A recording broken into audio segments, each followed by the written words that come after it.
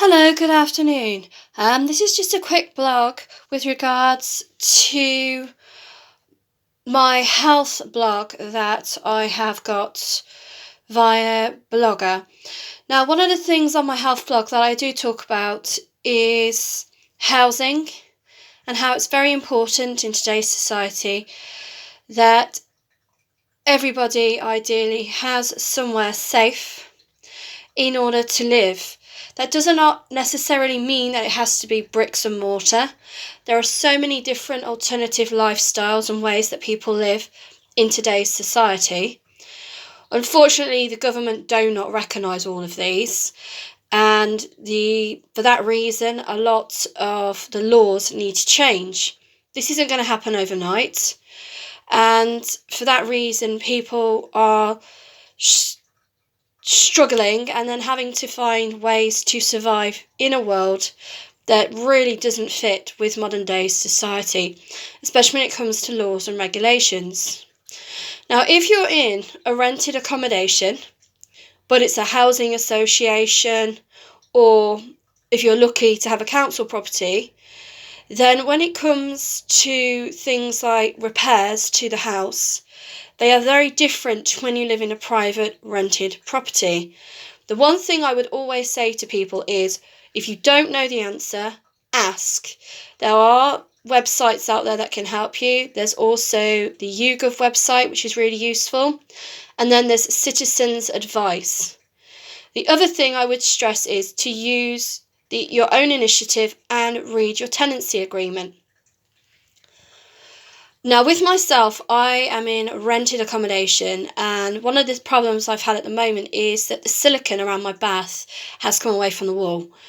Now, yes, I could call a plumber to fix it for me, but simple DIY jobs, I would be expected to do them myself due to that being part of my tenancy agreement, from what I can understand. So, not only is this something that needs doing in order to maintain the property, but it's also something I need to do for my own health and safety. As you can see around the bath, it's just general wear and tear. This happens in any bath, really. Water, moisture, you get what is called black mould, which over time can create mold spores, which then can become toxic. Again, you can Google mold spores, toxicity online.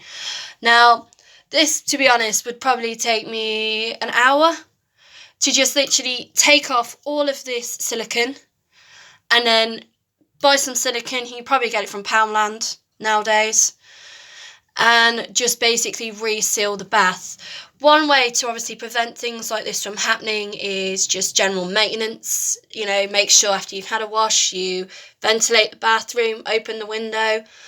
But over time, due to, it is quite a soft substance, it is going to pull away. It's just general wear and tear. So something like that, obviously, I wouldn't expect my landlord to do for me. But again, read your tenancy agreements.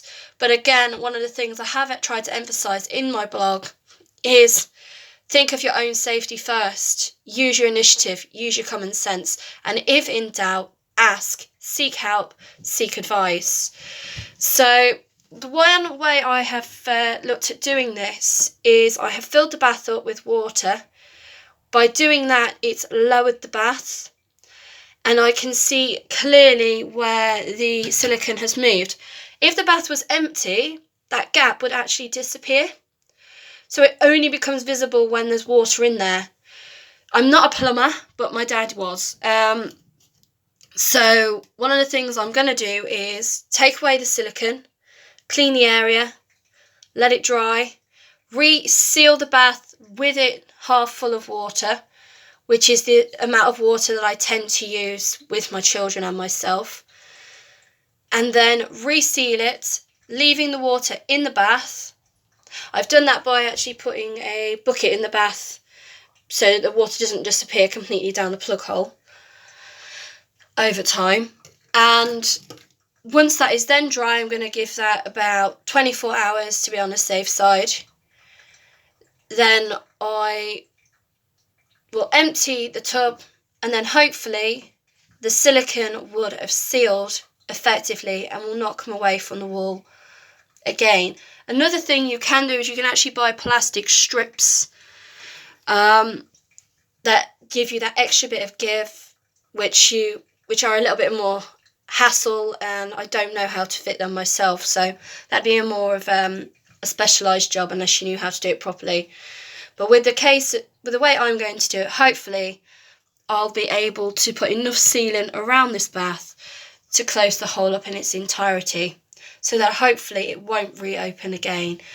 I've been here about 4 years now, so I think it's sort of come to that sort of time of my tenancy agreement that I need to start looking at doing a bit of DIY to the property just to sort of freshen it up a little. But again, the main reason I'm doing this is, one, for my own safety, and also because it's in my tenancy agreement.